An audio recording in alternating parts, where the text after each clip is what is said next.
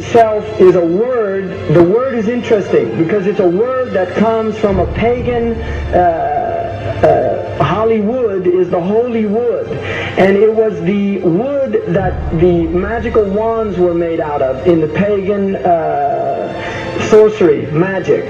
And these wands were believed that the sorcerers that possessed them could put people into trances and control them. This is part of, this is symbolic, but it's also important to understand that part of what Hollywood literally does is it puts people into trances. It's a dream state. They call it the dream machine in the United States.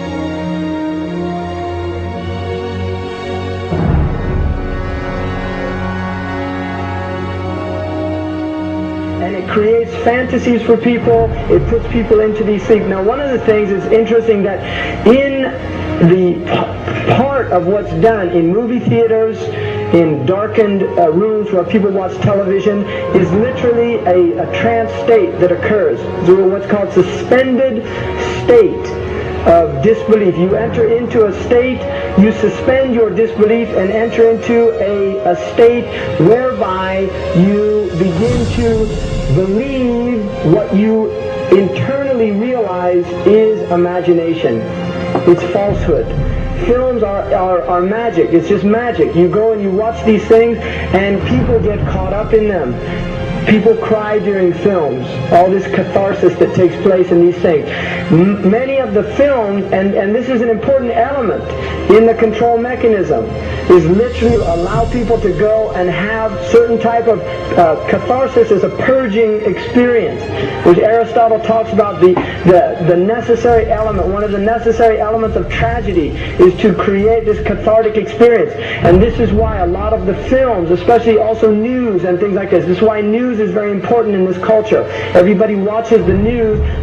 They have this tragic, cathartic experience of watching the tragedies of others and then feeling safe and complacent in their own experience of this suspended state of illusory well-being. So these are very intricate and sophisticated methods. Now, I think it's dangerous, although there are elements, there's concerted efforts that take place, there's also a lot of people that have similar worldviews that aren't necessarily working together in concerted efforts.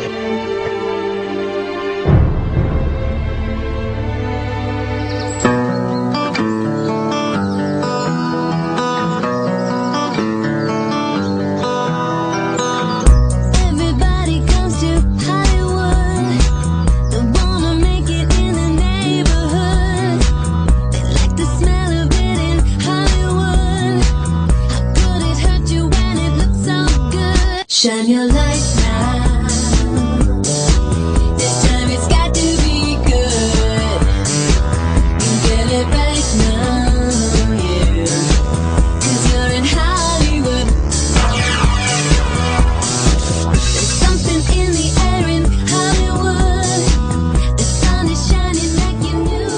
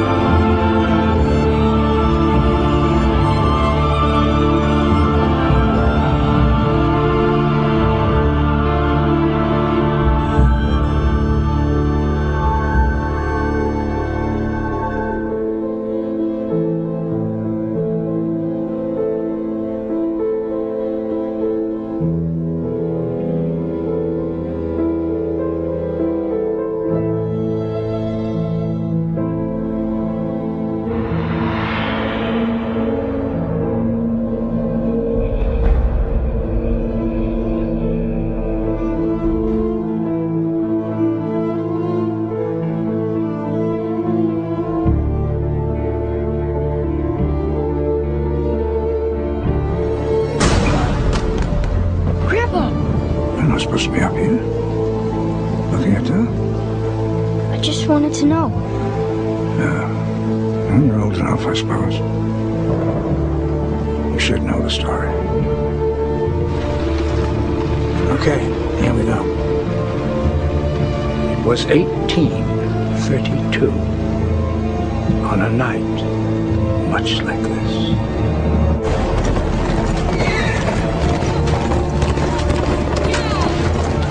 Charles Carroll was the last surviving signer of the Declaration of Independence. He was also a member of a secret society known as the Masons, and he knew he was dying. He woke up his stable boy in the middle of the night and ordered him to take him to the White House to see Andrew Jackson, because it was urgent that he speak to the president. Did he talk to him?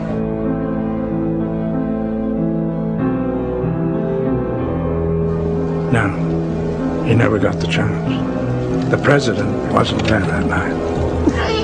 But Charles Carroll had a secret. So he took into his confidence the one person he could. My grandfather's grandfather, Thomas Gates. What was his secret?